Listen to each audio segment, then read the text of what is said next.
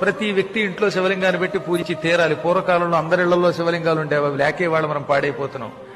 చక్కని శివలింగం పెట్టుకోండి.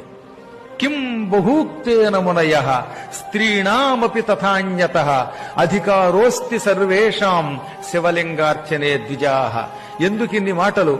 శివలింగం అందరి ఇళ్లలో ఉండొచ్చు, అందరూ శివలింగాన్ని ముట్టుకుని పూజించవచ్చు. స్త్రీణామపి ఆడువారికి, తథా అన్యతః ఇతరులకు, అందరికీ శివలింగం మీద అర్చన మీద అధికారం ఉన్నది.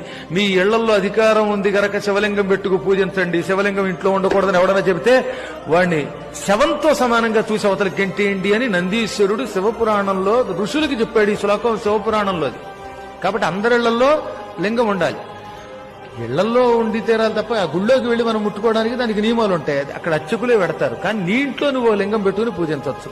అలా ఉండి తీరాలట. అసలు శివలింగం లేని ఇంట్లో అన్నం తింటే అది శవం దగ్గర పెట్టిన పిండంతో సమానమని పూర్వులు చెప్పారు. తెలుసునా మీకు? అందుకే కాశీలో ప్రతి ఇంట్లో లింగం ఉంటుంది. ఉత్తర భారత్లో అందరిళ్లలో లింగాలు ఉంటాయి. మనకే తెలుగు వాళ్ళకి తెలివితేటలు ఎక్కువ, తెగులు ఎక్కువ. అందుకని లింగం ఉండకూడదట, అవి బాబా లింగం ముట్టుకోకూడదట, మరి ఇంకేం ముట్టుకోవాలట.